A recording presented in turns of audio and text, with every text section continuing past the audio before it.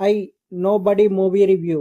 పృథ్వీరాజ్ సుకుమారన్ హీరోగా నటించిన మలయాళ cinema I nobody movie థియేటర్లో రిలీజ్ అయింది. ఈ మూవీ ఎలా ఉందో ఈ రివ్యూలో చూద్దాం రండి. జస్ట్ ఊహించుకోండి, మీరు ఒక సాధారణ మనిషి. ఓ బ్యాంక్ దోపిడీ కేసులో అనుకోకుండా బందీగా చిక్కుకున్నారు. దోపిడీ చేసిన దొంగలు సడన్ గా చనిపోయారు. డబ్బు కనిపించకుండా పోయింది. అప్పుడు పోలీసులు మిమ్మల్ని సాక్షిగా చూస్తారా, అనుమానంతో చూస్తారా? ఖచ్చితంగా అనుమానిస్తారు కదా. మీరే ఆ దొంగతనం చేసి డౌట్ రాకుండా మిగతా వాళ్ళని చంపేశారని అనుకుంటారు.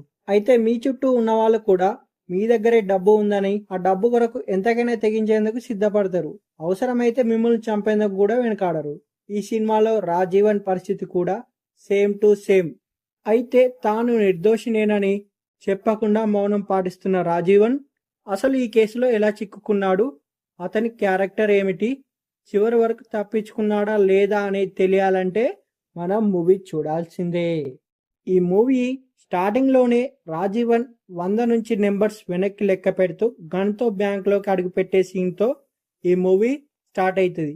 ఆ నెంబర్స్ లెక్క పెట్టడం అనే సీన్ స్టోరీలో అసలు ట్విస్ట్కి కారణమవుతుంది. వెంటనే 17 కోట్ల దోపిడీ, హీరోని బందీగా తీసుకుని వెళ్ళిపోవడం చకచగా జరిగిపోతాయి. ఫస్ట్ స్టాప్ ట్రైన్లా స్పీడ్గా దూసుకెళ్తుంది. అసలు ఏం జరుగుతుంది అనే టెన్షన్కి క్షణక్షణానికి పెరుగుతూనే పోతుంది.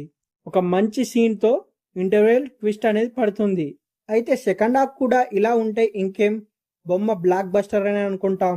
కానీ అనవసరంగా ఈ మూవీలోని కొన్ని సీన్లను సాగదీసి కొన్ని చోట్ల బోర్ కొట్టించేశారు. ఇకపోతే ఇంటర్వెల్ తర్వాత సినిమా చాలా నెమ్మదిగా సాగడం. యాక్టింగ్ విషయానికి వస్తే హీరోగా నటించిన పృథ్వీరాజ్ సుకుమారన్ ఎంత చెప్పుకున్నా తక్కువే ఆయన యాక్టింగ్ గురించి. మొత్తంగా ఈ మూవీ గురించి చెప్పాలంటే ఐ అండ్ నోబడీ మూవీ మాత్రం బాగుంది. ఈ వీకెండ్ చూసేయండి.